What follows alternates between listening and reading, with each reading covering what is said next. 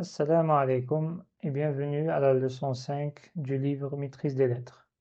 Aujourd'hui, on va découvrir une nouvelle lettre et un nouveau concept. Mais avant cela, on va faire une révision sous forme de deux exercices. Le premier, c'est un exercice de lecture en page 21.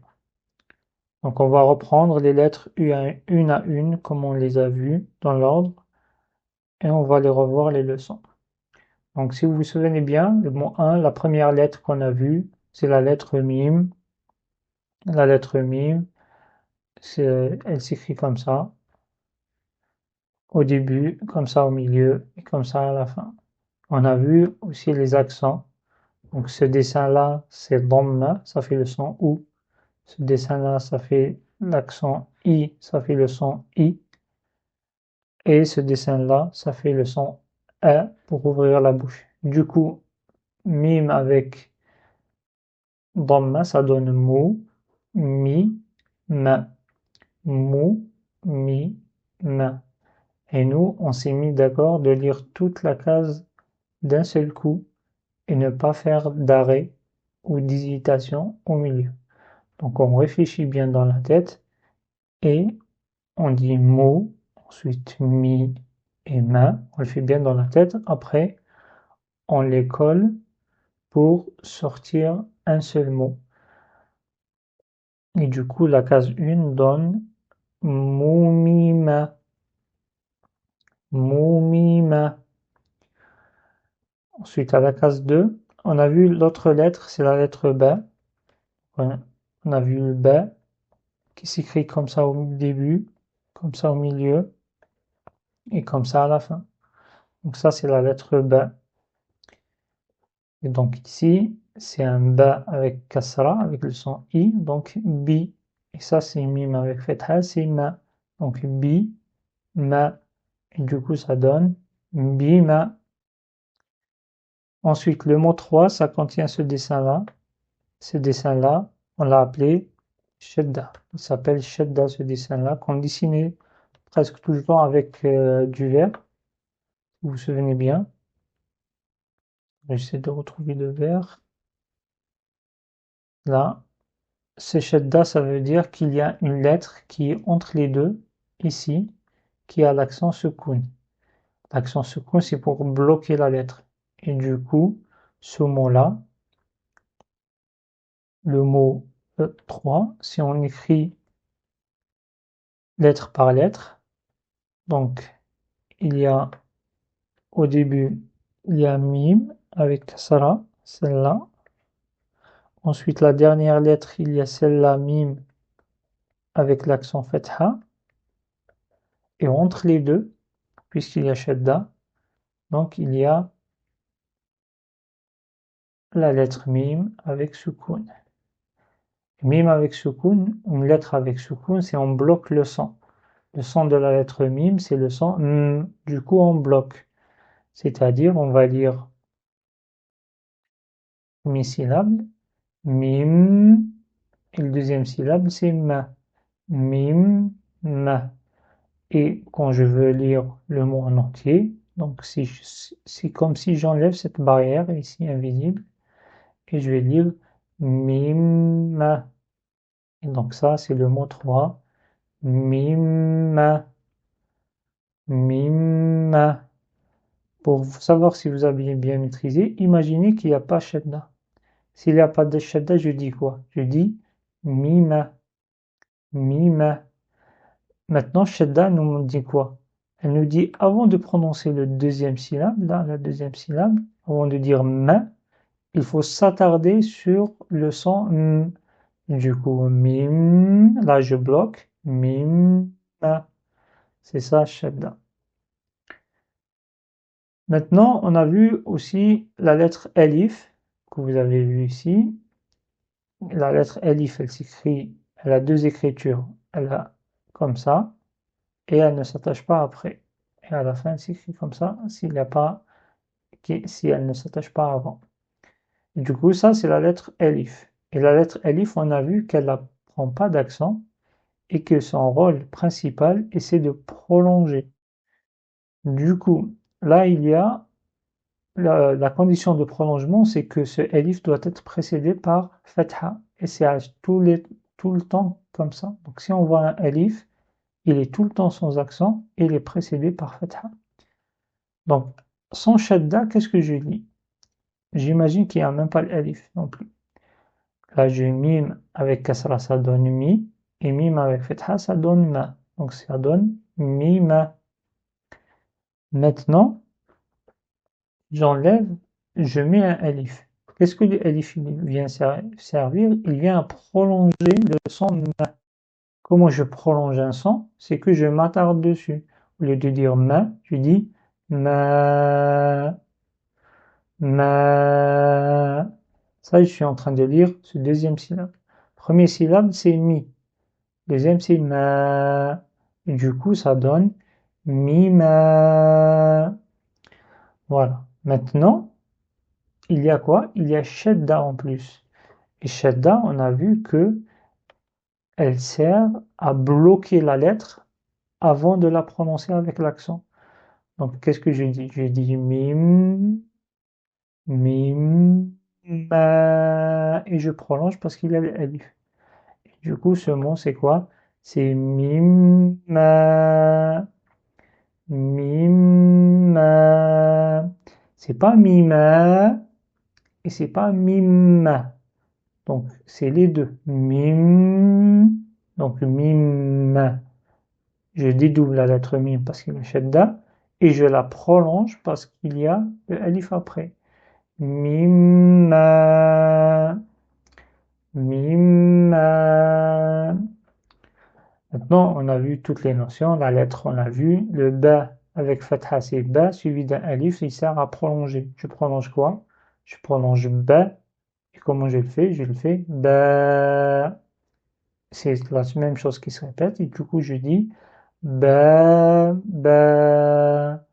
Et là, je lis la case en entier d'un seul coup. Et je lis ba, ba. La case 6, c'est la même chose, mais avec la lettre mime. Ma, ma, ma, ma. 7. Ba avec kasra, ça donne bi. Et ma avec fatha, ça donne ma. Mais le ma, il est prolongé par un alif qui va après. Du coup, ça donne ma. Le 1, ça donne ici bi. Et là, ça donne ma. Et du coup, le mot 7 en entier, ça donne bima. Non, c'est les lettres ba. Ba avec kasra, c'est bi. Ba avec fatha, c'est ba, mais suivi d'un alif. Du coup, au lieu de dire ba, je dis ba, je prolonge.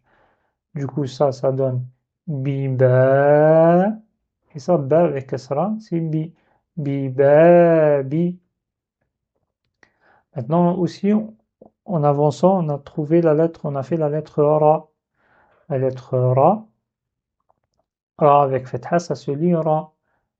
Mais avec shadda, il faut la bloquer avant de prononcer fatha, avant de prononcer e. Et du coup, je dis barra, barra. Ça, c'est la case 9. La même chose avec la lettre mim à cette fois-ci. Donc ma, mim avec fatha, c'est ma. Marra, marra. Le ra avant. Donc c'est ra avec fatha, ça donne ra. Là, ça donne ramma. Si j'avais pas shadda, je lirais quoi? Je lis rama. Si j'avais un alif ici, je lis, et si j'avais pas ça, je lis rama. Mais la case, elle est quoi? Il y a shadda. Donc je dis ram, je bloque ramma, ramma. La lettre 12. Donc il y a un ba avec fatha suivi d'un alif, je prolonge, je dis ba, et c'est ra avec shadda avec dhamma.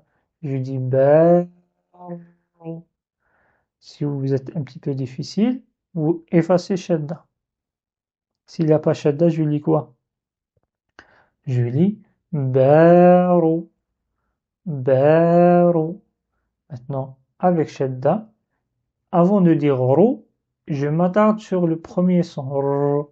Bar, C'est ça, shadda. Darru. On continue. 13. Rammama. Je bloque le mime. Rammama. Si vous avez des hésitations, enlevez shadda, toujours. Enlevez shadda et regardez comment vous lisez. Sans shadda, je lis quoi? Je lis Rammama. Rammama. Facile. Maintenant, si j'ajoute shadda, donc avant de dire ma, le premier, je bloque dessus. Ramma, rammama. 14. Birabbi, birabbi. 15. Rubama, rubama. Le 16, c'est la même chose que 15, regardez, c'est la même chose que 15. C'est la différence, c'est le shadda. Ici, on a lu Rubama. Là, il y a shadda sur le ba. Et du coup, avant de dire ba, je bloque le ba. Et je dis Rubama. Rubama. 17. Murabba. Murabba. 18. Mubarrara. Mubarrara. 19. Barama. Barama. À partir de 20, on introduit la lettre lem. Si vous vous souvenez bien, la lettre lem, elle s'écrit comme ça toute seule. Au début, elle s'écrit comme ça. Au milieu, elle s'écrit comme ça. Et j'efface. Donc, au début, elle s'écrit comme ça. Au milieu, elle s'écrit comme ça. Et à la fin, elle s'écrit comme ça. À ne pas confondre avec la lettre elif. La lettre elif, elle lui ressemble, mais elle ne s'attache pas après. Au début, elle ne s'attache pas après. Donc, lorsque au milieu, comment je vais les différencier? C'est que la lettre lem, elle s'attache après, mais la lettre elif ne s'attache pas après. Et du coup, ici, cette lettre-là, c'est le lem parce qu'il s'attache après. Et là, je dis li rabbi, li rabbi. 21. Bel, bel. 22. Mali, mali.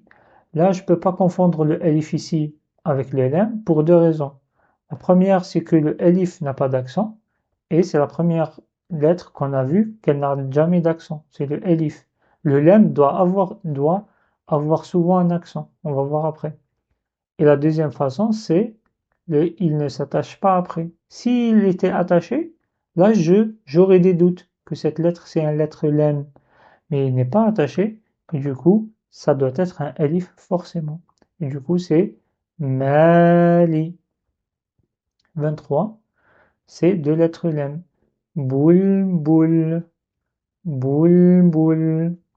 Et le 24, si vous vous souvenez bien, on a une écriture spécifique lorsqu'il y a des lem suivies d'un elif. Donc, on les attache comme ça, on les écrit comme ça. Ça, c'est la lettre lem. Et ça, c'est la lettre elif. Donc c'est lam avec fetha, mou, suivi d'un lam avec fetha, la, et le elif sans accent après fetha, il sert à prolonger. Qu'est-ce qu'on prolonge avant le elif? Il y avait quoi? La, du coup je prolonge. La, mou. Du coup ça donne mou. Voilà du coup pour l'exercice 1, qui est l'exercice de lecture.